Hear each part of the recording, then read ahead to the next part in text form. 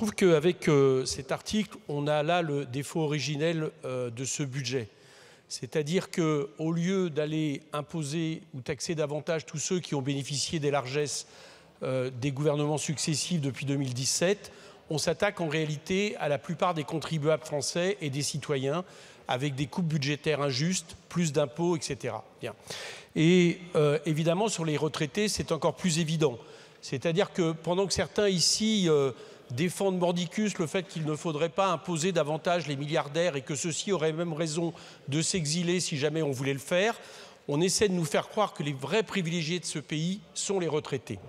Et donc on nous dit, au-dessus de 1 660 €, ne vous inquiétez pas, en réalité, en dessous de 1 660 €, pardon, ne vous inquiétez pas, cette réforme ne les touchera pas.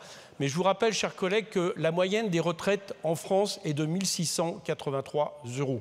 C'est-à-dire que de considérer qu'au-dessus de 1 660 €, on aurait affaire à des privilégiés qu'il conviendrait d'imposer davantage, et je crois quelque chose qui ne passe pas. Et la preuve que ça ne passe pas, c'est que tout ce type de mesure est détricoté quasiment sur tous les bancs de l'Assemblée depuis l'examen de ce budget.